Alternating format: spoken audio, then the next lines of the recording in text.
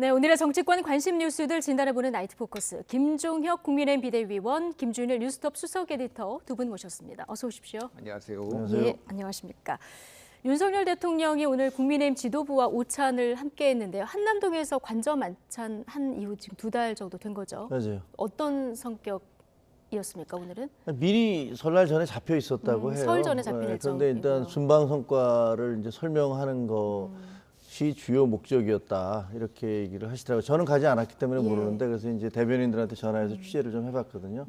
몇 명한테 해봤는데 그 지금 현재 한남동 그 대통령실의 10층인가에 그 이렇게 작은 그 식사를 할 수 있는 공간이 만들어졌대요. 네. 거기서 이제 뷰는 아주 좋았다고 그러더라고요. 뭐 또 오늘 눈까지 내리고 그랬는데 그래서 거기서 이제 작은 식당에서 식사를 했는데 대통령은 본인의 그 UAE 아랍에미레이트 방문의 성과에 대해서 약간 굉장히 좀 만족해하시면서 설명을 했다고 해요. 예. 300억 달러의 그 지원을 받기로 MOU를 체결을 했는데 그쪽에서 한국이 원하는 대로 그걸 돈을 쓸 수 있다. 네. 투자를 해라. 이렇게 그러니까 프리핸드를 줬다는 거죠. 예, 뭐 더 할 수도 있다 이런 얘기도. 예, 뭐 그러면서 이게 시작이다. 예. 그러니까 앞으로도 그렇게 더 하겠다.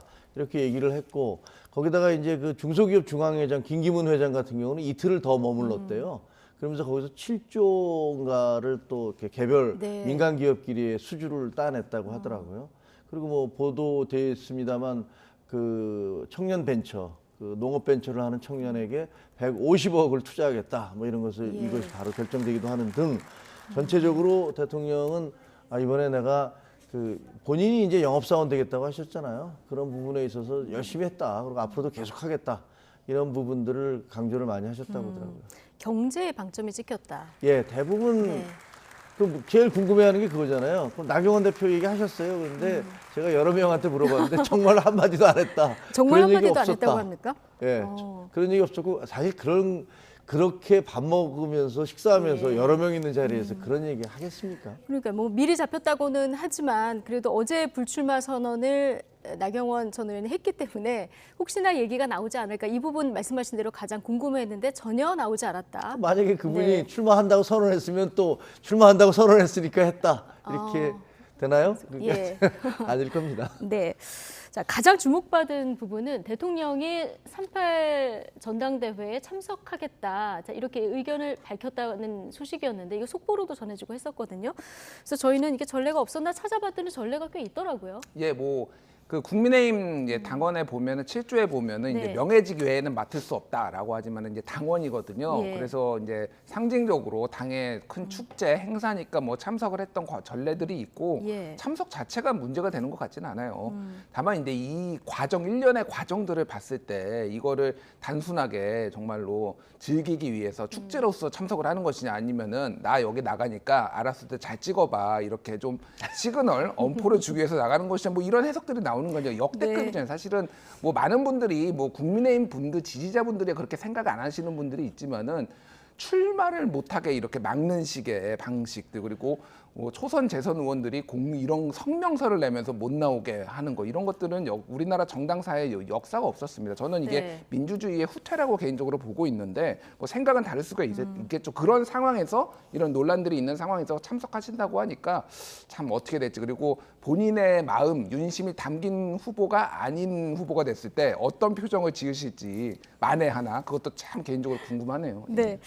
현재 국민의힘 분위기에서 대통령 참석이 좀 압박이 될 수 있다. 이런 취지신 것 같아요. 아니 전혀 무슨 압박이 아니 이미 모바일 투표 다 하고 난 다음에 현장에서는 그 결과만 발표하는 거예요. 예. 투표는 그 이전에 다 끝납니다. 이미 다 끝난 거고. 다 끝난 거고 대통령은 거기서 이제 결과 발표할 때 손들어주기 위해서 같이 박수 쳐주기 위해서 가는데 문제는 저희가 그 안을 만들 때 결선 투표를 도입하면서 야 그런데 대통령이 왔는데 만약에 거기서 딱 결과를 했는데 아무도 과반수 넘는 사람이 없다. 예. 그럼 어떻게 되냐? 그럼 다시 12일 날 해야 되거든요. 지금 그렇죠. 현재 저희가 예. 된 거는 3월 8일 날 만약에 50% 이상 득표자가 없으면 12일 날 두 사람을 놓고 결선을 해서 한다. 이렇게 돼 있단 말이에요. 근데 좀 애매하겠네요. 네, 그러니까 날짜가. 대통령이 예. 오셨는데 만약에 이거 안 돼? 그러면 어떡하지? 뭐 사실 그거 저희도 걱정 많이 했는데 네. 뭐 어떻게 하겠습니까, 그거를. 그러면 뭐 대통령은 가시겠죠. 뭐 그러면 네. 이제 한 번 더 하겠다 뭐 이렇게 예. 발표할 수밖에 없어서 뭐 그 자리에 대통령이 가니까 당원들이 찍고 아니 그게 어디 있어요. 그런 게 모바일 투표를 한다니까요. 그 사전에 다. 그건 절대 오해다. 자, 컷오프 기준 당초 오늘 확정될 것 같았는데요. 이 31일로 연기가 된 건가요? 굉장히 고심 많이 하시더라고요. 사실 저는 뭐 비대위원이지만 제가 예. 이제 선관위원이 아니잖아요. 그래서 이제 우리 사무총장님이 김석희 사무총장님이 그 안에 들어가 계시니까 제가 이제 좀 여쭤봤어요. 그랬더니 정말 고민을 많이 하시더라고요. 근데 지금 현재 문제는 뭐냐면 몇 명이 지금 출마할지 자체가 확실치가 않아요. 그럼 예를 들어서 그 4명 뽑는 5명이 최고위원 같은 경우 저희가 이제 그 청년 최고위원을 포함해서 5명이다. 예. 근데 만약에 6명이 출마를 하면 그 한 명을 컷오프한다? 그것도 좀 이상하잖아요. 예. 그러니까 사실은 몇 명이 확실히 출마할 건지의 여부가 불투명해서. 근데 2월 2일에서 3일이 그렇죠, 등록이죠. 그렇죠. 근데 기준은 그 전에 만들 것 같아요. 네. 왜냐하면 만들어 놓은 다음에 이 기준이 안 맞으면 알아서들 나오지 마. 예. 이렇게 얘기할 수 있거든요. 컷오프 기준이라는 일단 게. 추이를 좀 보고. 예. 예. 근데 여러 가지가 있는데 그런 부분이 있어요. 그 지난번에 혁신위에서 그 보도가 그렇게 크게 되지는 않았습니다만 혁신위에서 공천 기준을 얘기하면서 그 전과자는 안 된다. 그러니까 예를 들어서 일반 전과는 집행유예 이상의 형을 받은 사람은 공천을 주지 말기로 하자. 그리고 성범죄라든가 음주범죄, 음주전과라든가 이런 것은 한 번만 벌금형만 있어도 주지 말기로 하자라는 걸 사실 혁신위에서 그 안을 올린 게 있어요. 그게 아직 새 지도부가 만들어져서 어디까지를 채택할 것인가를 결정을 하겠지만 예. 그게 펜딩돼 있는 상태인데 아마 이번에 선관위에서는 그런 부분들을 참고하실 수도 있어요. 그렇군요. 자, 어떻게 기준이 정해지는지 이건 뭐 31일쯤 되면 알 수 있을 것 같고요. 어제 불출마를 선언한 나경원 전 의원 SNS에 본인의 상징적인 이 과거 영상 3개를 올려서 눈길을 끌고 있는데요. 자, 어떤 영상들인지 짧게 직접 보고 오시겠습니다. 국민 여러분, 지난 70년의 위대한 대한민국의 역사가 좌파 정권 3년 만에 무너져 내려가고 있습니다. 문재인 정권 조국 게이트가 시작되니까 처음에는 부인했습니다. 아니라고 발뺌했습니다. 두 번째는 뭘 했느냐? 물타기를 했습니다. 황교안 대표 저 온갖 공격을 했습니다. 저희가 특검하자 그러니까 조용해졌습니다. 망가진 대한민국을 바로 세우기 위해서는 누구보다도 정의감 있고 누구보다도 결단력 있고 누구보다도 결기 있는 사람이 필요합니다. 그 사람 누굽니까 여러분?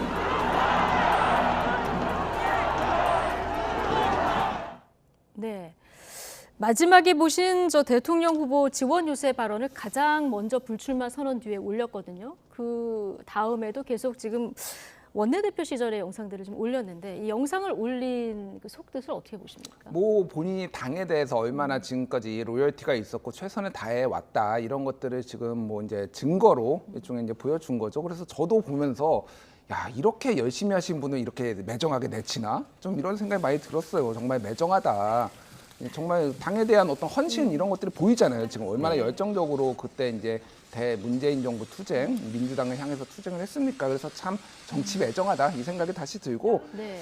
이게 지금 이 정치가 정글이잖아요. 지금 이제 그 나경원 의원은 사실은 이제 정치 인생이 여러모로 위험에 좀 뭐 처해 있다 이런 이제 분석들이 나오는 게 굉장히 본인도 알 겁니다. 왜냐하면은 당장 이제 공천 여부까지 지금 불확실하다. 이게 정글이라서 한 야수가 피 흘리기 시작하면은 다 달려들어서 물어뜯기 시작하거든요. 지금 동작을에 지금 나 공천 뭐 받겠다 뭐 이런 식으로 기웃거리는 분들이 뭐 언론에 막 나오고 뭐 조정훈 시대전환 뭐 의원까지 뭐 거기에 뭐 노리고 있다 뭐 이런 얘기까지 나오거든요. 나경원 그래서 의원이 끝까지 이렇게 최선을 다해 나는 보수의 정통 보수다. 그렇죠. 그러니까 이제 그 위험 징후를 감지를 한 거죠. 본인이 피 흘리고 있지만은 아직도 네. 그 과거의 어떤 로열티들, 충성도 이런 것들을 좀 감안해 달라 이런 건데 글쎄 저 정도 결기면은 사실은 출마를 하셨어도 됐을 것 같은데 참 전 약간 좀 선택이 좀 아쉽다라는 생각이 듭니다. 나경원 전 의원이 취재진 단톡방에도 이제 글을 남기고 취재진하고 스킨십을 계속 이어가고 있더라고요. 어떻습니까? 앞으로 정치인 나경원으로서 또 꾸준히 활동을 하겠다. 아니면 좀 가깝게는 전당대회에서도 내가 좀 역할을 하겠다. 뭐 이런 뜻이 있을까요? 이거 어떻게 읽으십니까? 나경원 의원은 아마 굉장히 억울하다고 생각을 하겠죠. 예. 내가 지지도 1위였는데 그래서 내가 뭐 말실수를 좀 했는지 몰라도 그걸 가지고서 이렇게 그 초선 의원들까지 나서서 나를 공격을 하고 이런 식으로 나를 떨어뜨릴 수 있나라는 어떤 그런 느낌이 있으실 거예요. 인간인데 왜 그런 원망이 없겠습니까? 그거 없다 네. 보면 거짓말이죠. 근데 제가 과거에 이제 특파원을 할 때 미국 기자들하고 얘기하면서 정치인이 뭐냐 그랬더니 그 친구가 하는 얘기가 swallow the insult. 그러니까 굴욕을 삼킬 수 있는 사람이 정치인이다. 이런 예. 얘기를 하더라고요. 그래서 굉장히 제가 지금 인상에 남아서 지금도 기억하고 있는데 예. 그 굴욕적이라고 생각할 수도 있는데 사실 본인은 어쨌든 정치인이라면 삼킬 때는 삼켜야 돼요.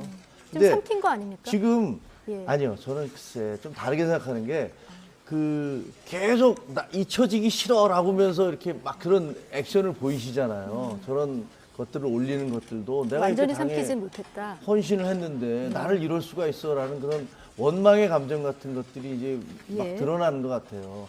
근데 사람은 때때로는 잊혀질 시간도 필요하고 김치가 익을 시간도 필요하고 네. 콩나물을 끓일 때 뚜껑 자꾸 열면 비린내 나거든요.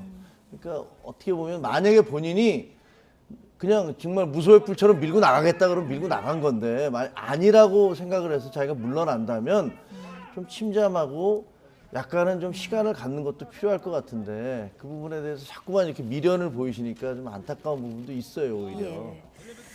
자, 이 나경원 전 의원 불출마 선언을 두고 오늘 이준석 전 대표가 한마디 했습니다. 나 같으면 출마했을 텐데 이런 얘기를 했는데요. 그 이후 발언까지 듣고 오시겠습니다. 불출마 과정을 전반적으로 다 어떻게 보세요? 정치인은 자기 행동에 다 책임을 지는 건데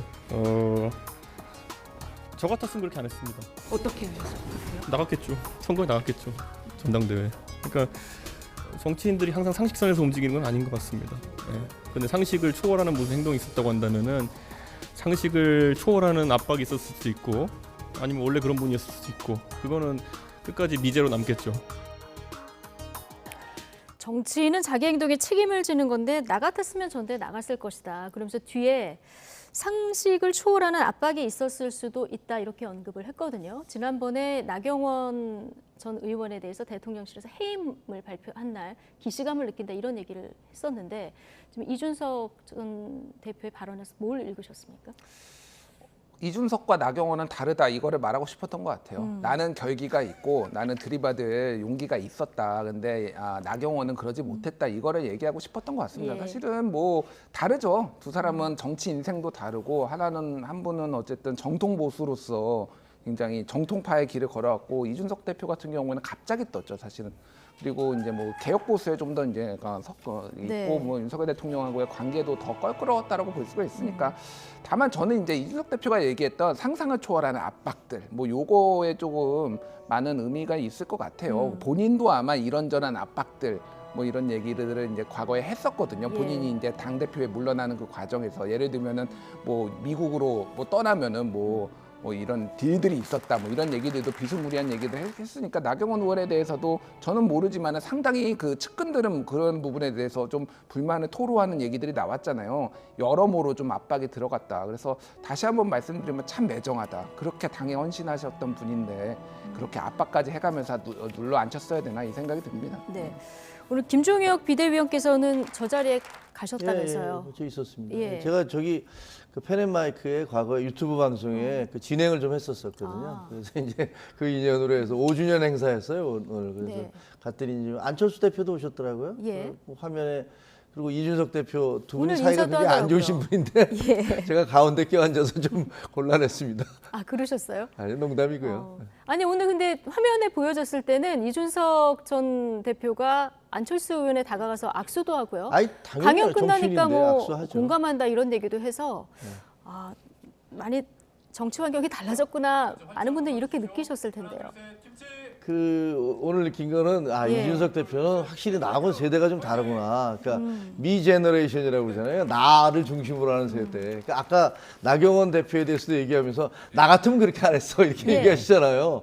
근데 보통의 경우는 어쨌든 그 본인이 굉장히 좀 그 좌절하고 지금 실망한 상태인데 나를 비교해서 나라면 이렇게 얘기하지는 않을 것 같은데 네. 그렇게 얘기하시는 걸 보고 아 역시 이준석 대표는 이게 세대가 좀 다르구나. 젊은 세대라서 자기가 제일 중심으로 내세우는구나라는 걸 느꼈고 네. 아까 안철수 대표하고는 또 안철수 대표가 뭐라고 그러셨냐면 이제 이 인터넷 신문의 문제점들을 얘기를 하면서 그 첫 번째가 그 레이아웃이 주는 그러니까 일면 톱, 이면 톱 이런 것처럼 레이아웃이 주는 그런 그 가치 판단이 없다. 그러니까 예. 왜냐하면 인터넷에 한 줄 한 줄 이렇게 나가니까 그리고 또 하나는 국제 뉴스가 너무 없다 이런 얘기들을 이렇게 좀 했어요. 네. 그 축사를 하시면서 그랬더니 이준석 대표가 다음에 올라와서 그 말씀에 상당히 공감한다. 예, 첫 마디가 그거였다면서요. 네, 공감한다 이렇게 얘기하는데 네. 가시를 또 뒤에 이렇게 좀 뭐라고 그러셨냐면 그래서 저도 KBS나 이런 데에서는 국제 뉴스가 많이 나가야 된다고 이렇게 우리 공약으로 나가야 된다고 주장을 했는데 아니 근데 안철수 대표가 그때 인수위원장 하셨잖아요. 근데 인수위에서는 그걸 안 했더라고요. 그래서 거기다가 뒤에 또 뼈가 있었습니까? 또 거기다가 이렇게 한번 비트시더라고요. 네. 그렇군요. 저희는 이 앞부분과 기사화된 부분을 주로 봐서 현장에 있었을 때는 또 그런 예, 가시를 좀 사실은 느끼셨다. 사실은 좀 가시가 있었어요. 그렇군요. 자, 나경원 전 의원 앞서 총선에서 공천을 못 받을 수도 있다 이런 위험을 감지했을 것이다 이렇게 얘기를 해주셨는데요. 공천 못 받을 것, 이 국민의힘에서 이제 공천을 안 주는 걸 떠나서 오늘 유인태 전 사무총장이 뭐라 그랬냐면 패스트트랙 사건이 지금 진행 중인데 이것 때문에 어차피 출마가 불가능하다 이런 전망을 내놨거든요. 뭐 알 수 없죠. 이건 알 수 네. 없는 게 실제로 이제 형이 확정돼야 되는 문제니까 알 수는 없는데 사실 이게 너무 좀 수사를 그러니까 재판을 길게 끌고 있어요. 이게 그렇게 복잡한 사안이 아니거든요. 그래서 국회의원들을 좀 봐주게 하는 거 아니냐 이런 얘기들이 나오고 있고 제가 기억하기로 아마 12명 정도가 이제 이걸로 기소됐는데 대부분은 다 전직 의원들입니다. 지금 현직은 한 분인가밖에 없고 아마 다 대부분 전직 의원이고 이제 나경원 원내대표도 있는 걸로 알고 있어요. 그래서 글쎄요, 뭐 이것뿐만이 아니라 뭐 이거를 명분으로 해서 또 공천을 네. 안 줄 수도 있는 거죠. 뭐 여러 가지 압박들이 있을 것으로 보입니다. 그래서 나경원 의원이 지금 뭐 시험대 올랐다라고 보는데 뭐 이번 시련을 또 한 번 넘으면은 다음에 또 기회가 열릴 가능성 저는 뭐 배제할 수 없다고 어쩔 수 봅니다. 없다. 예. 자, 나경원 전 의원 불출마 선언에도 여전히 몸값이 지금 상당합니다. 김기현, 안철수 이렇게 양강 구도인데 서로 지금 구의 손길을 내밀고 있어요. 오늘 김기현 의원 같은 경우는 그 나경원 전 의원이 어제 불출마 선언하면서 영원한 당원 이 얘기 하지 않았습니까? 이걸 이제 캐치프레이즈로 쓰겠다 이렇게 얘기를 했고요. 안철수 뭐 의원 같은 경우는 문자를 남겨서 위로했다 이런 메시지를 또 빼놓지 않고 얘기했는데 자 어떻게 보십니까? 아니 저 남아 있는 김기현, 안철수 두 후보님이 당연히 구의 손길을 내밀지 않겠습니까? 예. 나경원 후보한테 사퇴를 하셨으니까 그리고 그 지지자들을 자기 쪽으로 끌어올리고 노력을 하실 텐데 제가 보기에는 아마 내일쯤이면 바로 여론조사가 나올 겁니다. 그래서 과연 나경원 후보를 지지하던 표는 어디로 갔을까? 예. 저희 그런 YTN이 사실 지난 주말 사이에 이번에 했는데 나경원 의원이 불출마 선언하기 직전까지 한 여론조사라서 그렇죠. 불출마 선언을 한 이후에 여론조사를 내일쯤이면 이제 나올 것이다. 제가 그걸 좀 알기에는 봐야 오늘 된다. 어디에서 했어요. 예. 오늘 여론조사를 해서 아마 저녁 시간대쯤이면 나올 거로 알고 있는데 그건 뭐 공개된 게 아니니까 그 뭐 아직까지 확인된 게 아니니까 그래서 내일이면은 그 숫자가 다 확인될 거라고 봅니다. 네. 근데 어디로 갈 것 같습니까? 그거 뭐 그 이전에도 다 예상되지 않았어요. 나경원 후보의 표가 김기현 후보한테 얼마나 갈 것이냐 많이 안 간다. 그게 그 이전에 봤던 조사잖아요. 그 결과 그대로 가겠죠. 뭐 그러면 아마 안철수 후보는 좀 더 올라갈 것이고 그다음에 김기현 후보는 글쎄 그렇게 많이 올라가시지는 않을 것 같은데 상대적으로 그 안철수 후보에 비해서는 그렇게 많이 올라가지는 않을 것 같아요. 많이 올라가지는 않을 것 같다. 네. 하지만 그때도 지난번에 왜 그 여론조사할 때 본인이 이제 제일 선두에 올라갔던 그런 여론조사가 있었잖아요. 그 흐름은 계속 유지되겠지만 그러나 이렇게 나경원 후보의 사퇴로 인한 반사이익을 크게 얻지는 못할 것 같습니다. 예. 지금 뭐 전당대회가 양강 구도가 되니까 당권 주자들 셈법이 더 복잡해진 이런 상황인 것 같은데요. 야권의 원로 정치인인 유인태 전 사무총장 오늘 이런 분석을 내놨습니다. 듣고 오시겠습니다. 김기현 대표가 그럼 지금 최소한도 50% 60%는 돼야 될 거 아니에요? 천하가 다 알잖아요, 세상이. 윤 대통령 윤심이 누구를 미나. 그게 다 저렇게 드러나는데도 불구하고 저렇다고 그러면 저건 더군다나 또 그놈의 결선은 또 집어넣어가지고 요새 상당히 후회 막급일걸요. 저렇게까지 그 윤심이 뒷받침돼주고 뭐 또 다 공천을 바래서겠지만은 그 많은 의원들이 지금 저렇게 줄을 섰는데도 저 지지율밖에 안 나오는 거는 저는 결선에서는 상당히 좀 위험할 수도 있다 이렇게 보죠. 이렇게 밀어주는데 최소 50에서 60%는 나와야지 이 얘기를 했고 결선 투표 가면은 좀 김기현 의원이 위험할 수도 있다 이 얘기를 했거든요. 그러니까 뭐 아무래도 김기현 의원 물론 이제 굉장히 훌륭하신 분이고 네. 중진 의원이긴 한데 인지도 측면에서 대선을 나오거나 뭐 원내대표를 하거나 이런 나경원 의원이나 안철수 의원보다는 확실히 이제 인지도 면에서 떨어지는 건 사실이니까 그런 부분들이 많이 작용을 했을 거라고 봐요. 예. 다만 점점 이제 김기현이 어떤 정치인인지를 지금 보여주고 있다. 그래서 많이 올라오고 있다고 봅니다. 근데 네. 맞는 말씀이죠, 사실은. 이 정도까지 뭐 밀어줬는데 이게 안 나오는 거는 김기현 개인의 어떤 약간의 한계도 있겠고 또 하나는 윤석열 대통령에 대한 좀 반감도 있을 것 같아요. 그러니까 국민의힘을 지지를 하지만은 이런 식으로 노골적으로 하는 게 맞느냐라고 네. 생각하는 분들, 그게 꼭 유승민 의원을 지지하시는 분이 아니더라도 예를 들면 굉장히 다양한 스펙트럼이 있잖아요. 그렇게 이제 여론조사는 나오는데 실제 저는 이제 이거 당원 투표를 하면 또 다르게 나올 거라고 생각을 합니다. 왜 그렇게 생각을 하냐면은 이게 여론조사 기법의 한계인데 여론조사는 지역별 세대별 인구를 딱딱 할당을 해가지고 정확하게 조사를 해야 되겠잖아요. 그러니까 지금 인구가 대충 보면 서울 수도권, 서울, 인천, 경기에 한 55% 정도 네. 인구가 있고요. 그리고 영남, 그러니까 PK, TK를 합쳐서 20% 정도예요. 이렇게 조사를 하는데 지금 언론 보도에 알려진 바에 따르면은 영남의 20%를 조사했지만은 실제 영남의 당원은 41%라는 거예요. 가중치가 있어야 된다. 그러니까 거의 2배입니다. 근데 여기에 영남에 계신 분들은 대부분 울산의 지역구를 두고 정통 보수에 가까운 김기현 의원을 더 선호를 할 거라는 거고 실제 나이대도 2030, 40하고 5060, 70을 합치면은 5060, 70이 한 51%, 2030, 40이 한 49% 되거든요. 근데 당원에서는 2030, 40이 31%밖에 안 되고 나머지 69% 정도가 그 시니어 세대라는 거예요. 이런 거를 종합적으로 감안을 하면은 생각보다 김기현 의원이 앞서고 있을 수도 있다 이렇게 뭐 볼 수도 그렇군요. 있습니다. 그러면 예. 여론조사와 다른 결과가 이제 투표에서 나올 수도 있다 이렇게 지금 전망을 해주셨는데 김기현 의원이 그럼 1차 투표에서 과반을 넘을 가능성도 꽤 있죠. 있을까요? 네, 지금 저 분석을 잘 해주셨는데 네. 정확한 분석이에요.